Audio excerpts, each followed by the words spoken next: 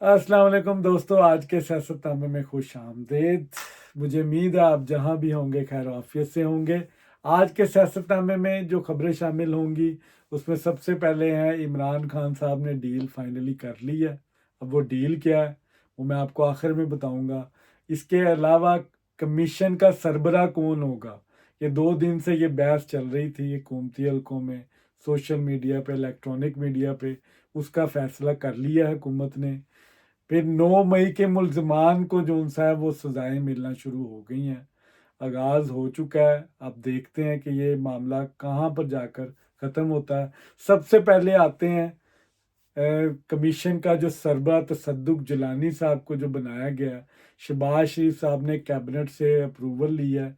Cabinet के तमाम मेंबरान ने शहबाज शरीफ को इख्तियार दिया कि वो कोई भी नाम तजवीज़ करें, हम उसकी अप्रूवल दे देंगे।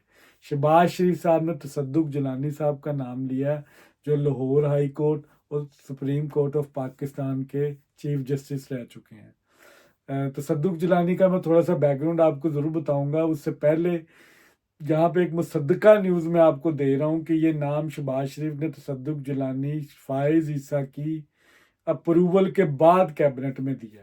तो ये पूरी सुप्रीम कोर्ट को जो सा है, सुप्रीम कोर्ट से अप्रूवल लेके ये नाम आगे दिया गया। अब तसद्दुक जिलानी साहब हैं कौन, इनका थोड़ा सा बैकग्राउंड अगर मैं आपको बताऊं। 1949 में, जुलाई 1949 की इनकी पैदाइश है। एफसी कॉलेज से इन्हें एमए पॉलिटिकल साइंस किया, फिर उसके बाद पंजाब यूनिवर्सिटी से एलएलबी की डिग्री हासिल की। फिर 1974 में ये वकालत के शोबे में आए। मुल्तान से इन्होंने अपनी वकालत जो सी है वो शुरू की। 1979 में और 1988 में एडिशनल एडवोकेट जो उनसे हैं वो बने। फिर 1993 में ये एडवोकेट जनरल बने। 1994 में ये लाहौर हाई कोर्ट के जज बनते हैं और 10 साल बाद 2004 में ये सुप्रीम कोर्ट ऑफ पाकिस्तान के जज बन जाते हैं। तसद्दुक जिलानी साहब उन जेंटलमैन जजेस में से हैं जिनके ऊपर किसी को कोई इतराज़ नहीं है। बड़ा नीट एंड क्लीन इनका जो सा है वो माजी गुजरा एज ए जुडिशरी में, जितना भी टाइम उन्होंने गुजारा, और इनके कोई ऐसा इनका मतनाज़ा फ़ैसला नहीं है। फिर इसके अलावा इनके जो मशहूर फ़ैसलों में से जो हैं वो मुशर्रफ का जो गैर आइनी जो उनका इकदाम था 3 नवंबर वाला, उसको इन्होंने जो सा कलअदम करार दिया, गलत कहा उसको। और पाकिस्तान की एग्जैक्टिव बॉडीज़ को ये बाकायदा हदायत दी कि अगर वो इस तरह का कोई इकदाम करते हैं उसके ऑर्डर को ना माना जाए। और इसके अलावा ये बहुत से यानी कि मेजर केसेस में जो उनसे इन्वॉल्व रहे, बिल्कुल प्रेशर नहीं लेते और बड़े इंटेलिजेंट जज हैं। और किसी किस्म की वो साइड नहीं लेते, किसी भी तरफ वो बैंड नहीं होंगे। और वो बड़ा क्लियर एंड कट, जो कानून के मुताबिक, जो उनको एविडेंस के मुताबिक जो लगेगा उस पर वो फैसला सुनाते हैं। बड़े निडर जो उनसे हैं वो एक जज हैं। तो बहरहाल ये थोड़ा सा उनका बैकग्राउंड था, मैंने कहा मैं आपसे शेयर कर दूं।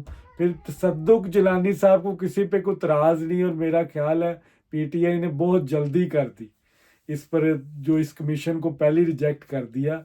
तसद्दुक जिलानी साहब वो बंदे हैं जिनको पीटीआई ने केयर टेकर प्राइम मिनिस्टर के लिए नॉमिनेट किया हुआ था 2018 में। तो मतलब ये पीटीआई के लिए भी काबिल कबूल है। अब पीटीआई जितना मर्जी रोला डाल ले आप कि जी ये कमीशन रिटायर्ड जज क्या करेगा, और रिटायर्ड जज जो सा वो किस तरह कमीशन की जो सी है वो कमीशन को लीड करेगा, उसके पास इख्तियारात क्या होंगे, एग्जैक्टिव लोग जो आई सही के लोग हैं वो किस तरह उसमें शामिल होंगे, और रिटायर्ड जज की हैसियत क्या है। तो जब सुप्रीम कोर्ट इस चीज़ को इंडोर्स कर रही है, और पाकिस्तान की सबसे बड़ी जो सी है बार, पाकिस्तान बार जो सी है वो इसकी तायद कर रही है, और वो इस अमर को जो सा वो सपोर्ट कर रही है, तो फिर पीटीआई कौन होती है? पीटीआई वैसे इस सारे अमल में क्यों मद्दई बनी हुई है, मुझे तो इस चीज़ की समझ नहीं आ रही। मामला जजेस का है, सुप्रीम कोर्ट का है, उसमें जो सा हुकूमत ने इंक्वायरी कमीशन बना दिया है।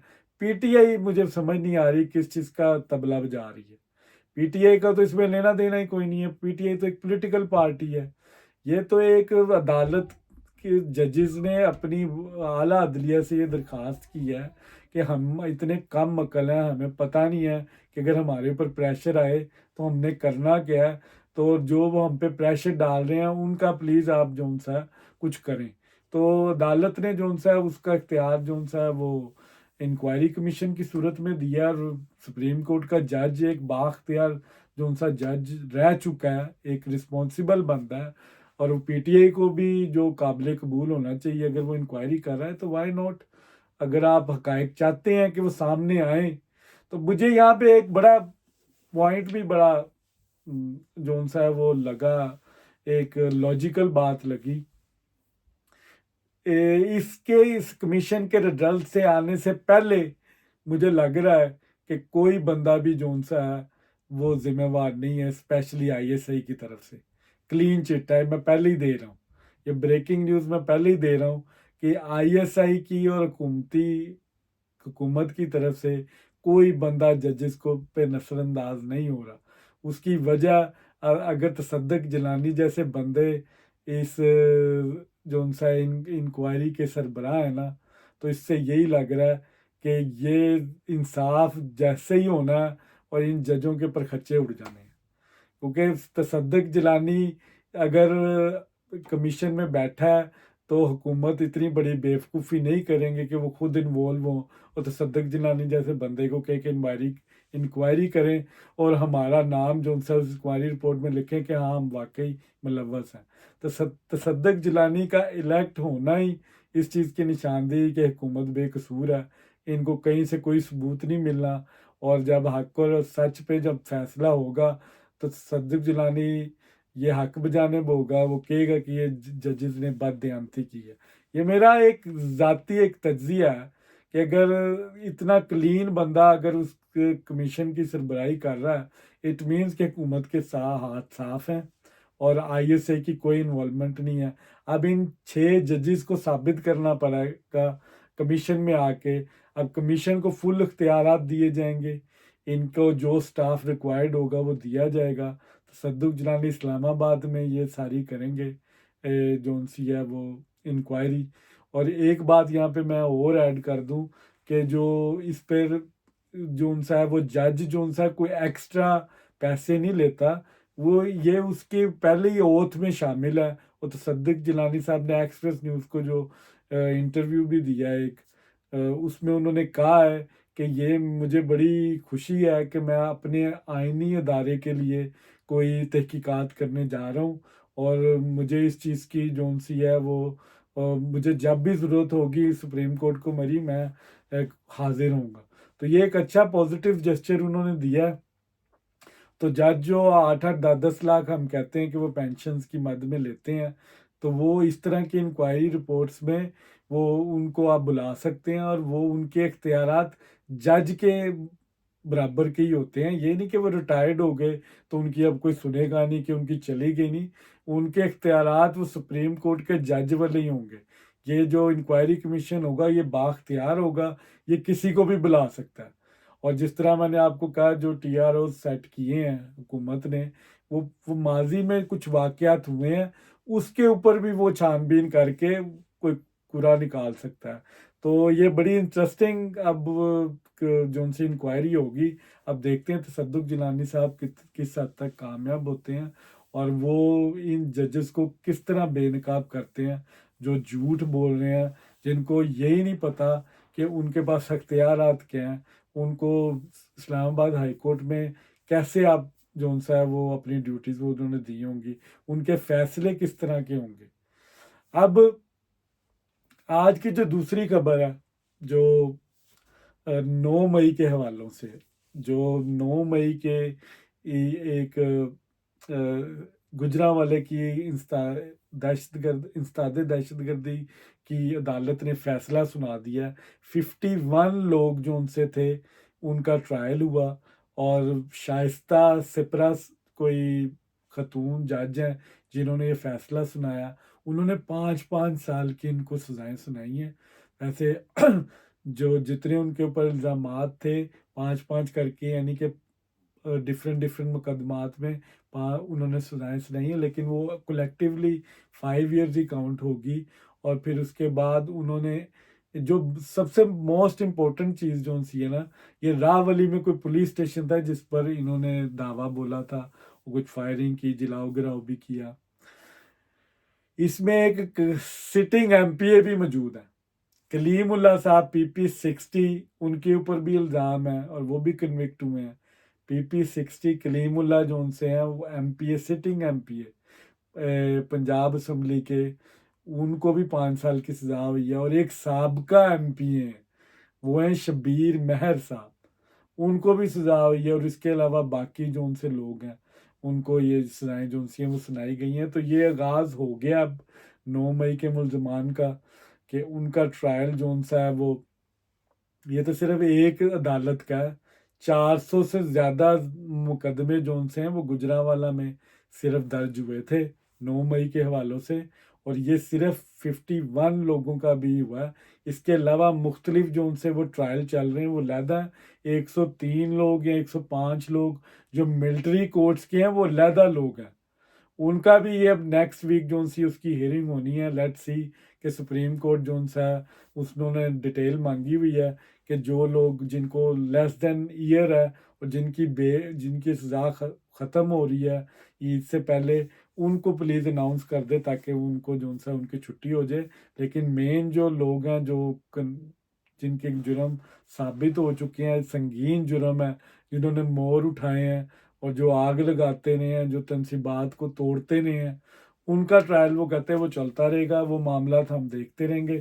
فی الحال جو مائنر ہیں، جو ڈرائیور بن کے آئے، وہ کسی نے صرف ڈنڈا گھمایا، اس کو جو سا انہوں نے کہا فارغ کریں، ان کو نکال دیں آپ. تو اب یہ سلسلہ تو شروع ہو گیا، اب یہ رکنے والا نہیں ہے. اب یہ بات اب بڑی دور تک جائے گی. اب یہ اس چیز کا سائن ہے کہ PTI والوں کی اب خیر نہیں ہے، ان کے برے حالات ہیں. اور برے حالات اگر آ رہے ہیں تو عمران خان صاحب، اب یہ جو آج کی تیسری خبر ہے نا، یہ بڑا مجھے اس کی بڑی حیرانگی ہے کہ دنیا کا یہ پہلا کیس ہے کہ جو مجرم ہے نا، اب تو مجرم ہے عمران خان صاحب کو سزا ہوئی ہے، جیل میں بیٹھا، وہ ڈیل کر رہا جیل سپریڈنٹ سے، SOPs طے کر رہا ہے کہ اس کے ساتھ ملاقات کے لیے جو لوگ آتے ہیں اس کا طریقہ کار کیا ہوگا. اب یہ بھی ان 6 ججز کا تحفہ ہے جو پریشر میں آ کے فیصلہ دیتے ہیں. اب ان سے پوچھیں کہ یہ فیصلہ بھی انہوں نے پریشر میں آ کے دیا ہے یا انہوں نے قانون کے مطابق دیا ہے. یہ ان 6 ججز کا تحفہ ہے کہ انہوں نے کہا کہ عمران خان صاحب کے ساتھ آپ بیٹھیں اور ڈیل کریں، اور جیل میں کہ انہوں نے کس طرح لوگوں کو ملنا ہے. اب وہ طریقہ کار جو سا وہ جیل سپریڈنٹ صاحب بیٹھے ہیں ان کے ساتھ، وہ طے ہو گیا، SOPs طے ہو گئی ہیں. عمران خان صاحب نے اپنے فوکل پرسن جو ان سے ہیں وہ بنا دیے ہیں. اب فوکل پرسن کون سے ہیں جی؟ عمیر نیازی صاحب ہیں، مروت صاحب ہیں، اور جو ان کے چیئرمین ہیں گوہر خان صاحب. ان تینوں نے اب 2 نام دینے کرنے ہیں، اور ان کی مرضی سے نام عمران خان صاحب کے پاس جائیں گے، اور پھر عمران خان صاحب اپروول کریں گے کہ کون مجھے آ کے ملے گا.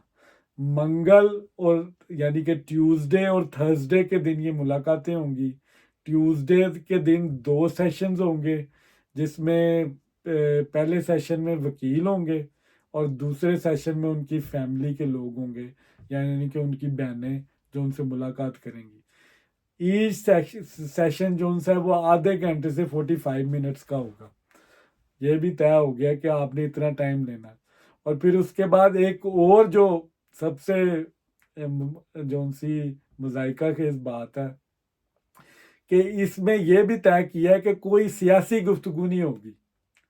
اب مجھے سمجھ نہیں آ رہی اور یہ انہوں نے میٹنگ کرنی کیا پھر، کس لیے میٹنگ؟ عمران خان صاحب نے اور ان سے کیا باتیں کرنی ہیں؟ موسم کا حال پوچھنا ہے، شہباز شریف کے بارے میں پوچھنا ہے، ملک کی اکانومی کا پوچھنا ہے، یا اپنے یوتھیوں کا پوچھنا ہے کہ وہ کیسے ہیں؟ اب یہ بڑی عجیب سی جو سی ہے وہ SOPs ہیں. بہرحال میں آپ سے کوئی بددیانتی نہیں کر رہا، جو ایکچولی SOPs ہیں وہ میں وہی بیان کر رہا ہوں. फिर थर्सडे को जो मुलाकात होगी, जो 30 से 45 मिनट्स का जो सेशन होगा, उसमें वो फिर दोस्त और उनके वकील वो होंगे, जो सियासी लोग होंगे, और ये 6 लोगों से ज़्यादा का नहीं हो सकता। ये भी मैं आपको बता दूं, 6 लोग एक सेशन में 6 लोगों से ज़्यादा नहीं होंगे। अब 6 लोग अगर वकील हैं तो 6 वकील आएंगे, फैमिली मेम्बर है तो वो 6 आएंगे, और थर्सडे को जो मुलाकात होगी जो उनके सियासी लोग हैं वो भी 6 होंगे, इससे ज़्यादा नहीं होंगे। तो ये थी जी एक दुनिया का एक अनोखा जो उम्मत मुसलमा का लीडर वो इस वक्त डील कर रहा है।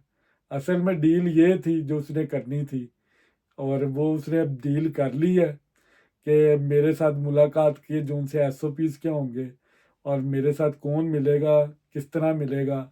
अब अदालत जो उनसे है वो खुश हो जाए कि उनके कहने पे जो उनसा है वो इमरान खान साहब ने डील कर ली है, और अब जो उनसा है ना वो कम अज़ कम वो जो बार बार तौहीन अदालत लगती थी, जेल सुप्रीडेंट को बार बार बुलाया जाता था, अदालत के हुक्म पे जो उनसा वो जा जा के मुलाकातें हो रही थी, हालांकि एग्जेक्टिव्स ने ये ऑर्डर दिया हुआ है कि हालात ख़राब हैं, वहाँ जेल सिक्योरिटीज़ के हमें इश्यूज़ हैं, लेकिन फिर भी अदालत लिख लिख के भेज रही है कि जी इनकी मुलाकात करवाएं।